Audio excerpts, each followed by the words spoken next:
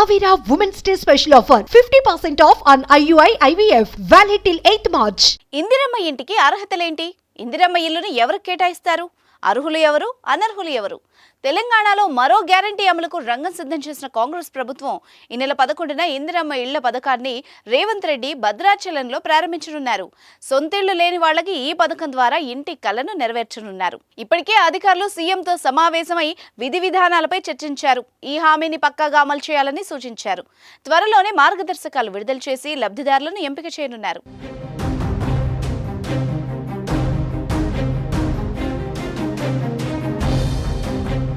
ఇందిరమ్మ ఇంటి పథకాన్ని విడతల వారీగా అమలు చేయాలని కాంగ్రెస్ సర్కార్ భావిస్తోంది.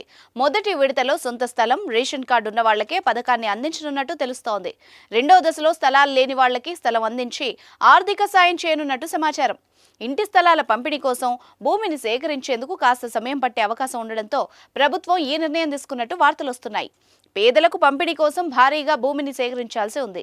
తొలి విడతలో నియోజకవర్గానికి 3,500 ఇళ్ల చొప్పున 119 నియోజకవర్గాల్లో 4,16,500 ఇళ్లను కేటాయించనున్నారు.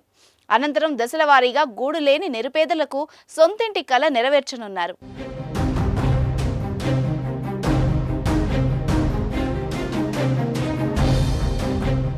ఇందిరమ్మ ఇళ్ల పథకంలో ఇంటి స్థలం ఉన్న వాళ్ళకి అదే స్థలంలో కొత్త ఇంటి నిర్మాణానికి 5 లక్షలు ఇస్తారు. ఇల్లు లేని నిరుపేదలకు ఇంటి స్థలంతో పాటు 5 లక్షలు అందిస్తారు. 5 లక్షల్ని వివిధ దఫాలుగా లబ్ధిదారుడి ఖాతాలో జమ చేయనున్నారు. ఏ దశల్లో ఈ నిధుల్ని విడుదల చేయాలన్న నిబంధనలు సిద్ధం చేయాలని ముఖ్యమంత్రి అధికారులకు సూచించారు. లబ్ధిదారులకు అందాల్సిన నిధులు దుర్వినియోగం కాకుండా కట్టుదిట్టమైన మార్గదర్శకాలు రూపొందించాలని చెప్పారు.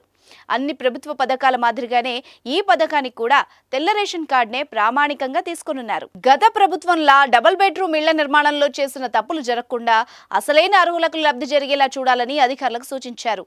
సొంత జాగాలో ఇల్లు కట్టుకునే వాళ్లకు ఉపయోగపడేలా తప్పనిసరిగా ఒక వంటగది, టాయిలెట్ ఉండేలా ఇంటి నమూనాలను రెడీ చేయాలని సీఎం ఆదేశించారు.